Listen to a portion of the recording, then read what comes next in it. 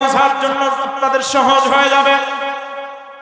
আল্লাহর নবী রাহমাতুল লিল আলামিন জনাব মুহাম্মদ রাসূলুল্লাহ সাল্লাল্লাহু আলাইহি ওয়াসাল্লাম আবু জাহেল, উতবা, শাইবা, ওলীদ ইবনে মুগিরার কাছে অনেকবার আল্লাহর কোরআনুল কারীমের দাওয়াত দিয়েছে, অথচ তারা কোরআনুল কারীমের দাওয়াতটা মেনে নেয়নি।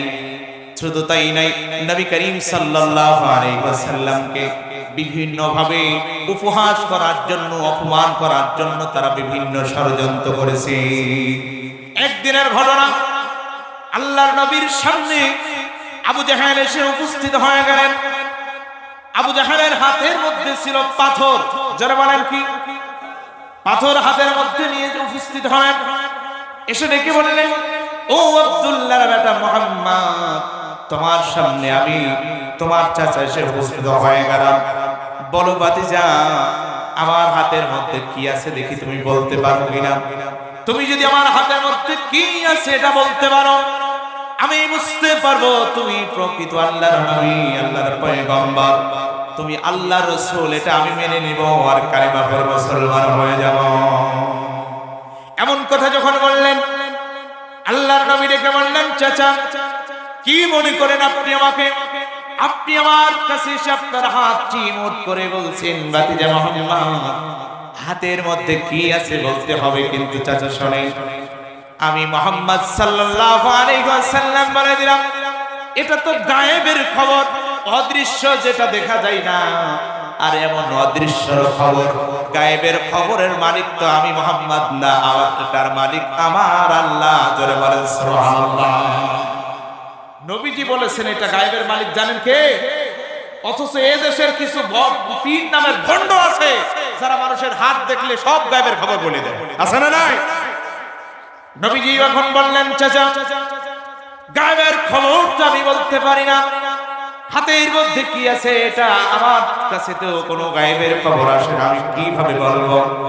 তবে ও চাচা, আপনি যখন বলেছেন হাতের মধ্যে কি আছে বলতে পারলে আপনি কালিমা পড়ে মুসলমান হয়ে যাবেন, ইসলাম ধর্ম গ্রহণ করে নেবেন। আমি মুহাম্মদুর রাসূলুল্লাহ সাল্লাল্লাহু আলাইহি ওয়াসাল্লামকে আপনি নবী বলে মেনে নেবেন, যেহেতু বলেছেন। চাচা, ও চাচা শুনেন, আমি মুহাম্মদুর রাসূলুল্লাহ সাল্লাল্লাহু আলাইহি ওয়াসাল্লাম এটা যদি না বলে আপনার হাতের মধ্যে যা আছে ওইটাই যদি কথা বলে তার পরিচয় দিয়ে দেয়, বলেন আপনি এটা খুশি হবেন কিনা? জোরে বলেন সুবহানাল্লাহ। ডেকে ডেকে আবু জাহেল বলছে, মুহাম্মদ তুমি কি পাগল? নাউজুবিল্লাহ বলে। নবীজিকে কি বলেছেন? পাগল। শুধু তাই নাই, নবীজিকে বললেন, মুহাম্মদ এতদিন জানতাম তুমি সাধারণ পাগল, অথচ এখন দেখি তুমি সাধারণ কোন পাগল নয়, তুমি বড্ড পাগল। জোরে বলেন নাউজুবিল্লাহ। নবীজি বললেন, না চাচা, আপনি পাগল বলেন আর যাই বলেন, আমি যেটা বলেছি আপনি বলেন মেনে নেবেন কিনা? যে আপনার হাতের মধ্যে কি আছে এটা আপনি আমাকে জিজ্ঞাসা করেছেন, অথচ হাতের মধ্যে যেটা আছে ওইটাই যদি কথা বলতে পারে, সাক্ষ্য যদি দিয়ে দেয়, বলেন আপনি কালিমা পড়বেন কিনা, মুসলমান হবেন কিনা? আবু জাহেল বলে দিল, ঠিক আছে মুহাম্মদ, তুমি যদি বলতে পারো, তোমার বলার যেহেতু দরকার নাই, তুমি বলে দিলে তোমার কথা যে আমার হাতের মধ্যে যা কিছু আছে এটাই কথা বলে দিবে, দেখি যদি আসলেই বলতে পারে আমি কালিমা পড়ে নিব। বলার সাথে সাথে আল্লাহর নবী রাহমাতুল লিল আলামিন জনাবে মুহাম্মদুর রাসূলুল্লাহ সাল্লাল্লাহু আলাইহি ওয়াসাল্লাম আসমানের দিকে তাকালেন। আল্লাহ রাব্বুল আলামিনের পক্ষ থেকে ঘোষণা হয়ে গেল, পাথরকে আল্লাহ তাআলা ঘোষণা দিয়ে দিলেন, ও পাথর কথা বলে দাও, আমার নবীর স্বীকৃতি তুমি দিয়ে দাও। পাথর সাথে সাথে হাতের মধ্য থেকে আবু জাহেলের হাতের মধ্যে যে পাথর ছিল, পাথর বলে দিল, ও আবু জাহেল, তোমার হাতের মধ্যে যে আছে আমি সেই পাথর, আমি বলে দিলাম আমি পাথর।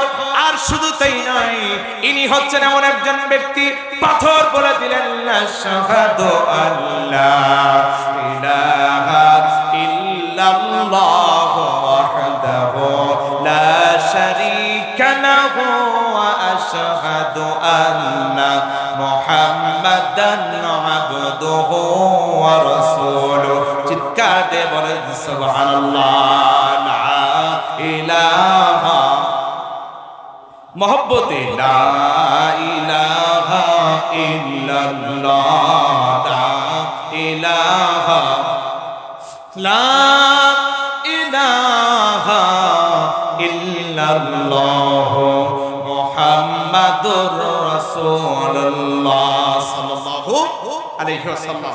পাথর যখন সাক্ষী দিয়ে দিলেন আল্লাহ তাআলা ছাড়া কোনো মাবুদ নাই, ইলাহ নাই, এবং এটা যিনি সামনে আছেন ইনি মুহাম্মদ রাসূলুল্লাহ সাল্লাল্লাহু আলাইহি ওয়াসাল্লাম, আল্লাহ তাআলা একজন প্রেরিত রাসূল, আল্লাহ তাআলার পক্ষ থেকে পাঠানো একজন নবী, সাক্ষ্য দেওয়ার সাথে সাথে আবু জাহেল বলে দিল, মুহাম্মদ এতদিন জানতাম তুমি শুধু পাগল, এখন দেখি শুধু বটে পাগলই নয়, তুমি একজন জাদুকর।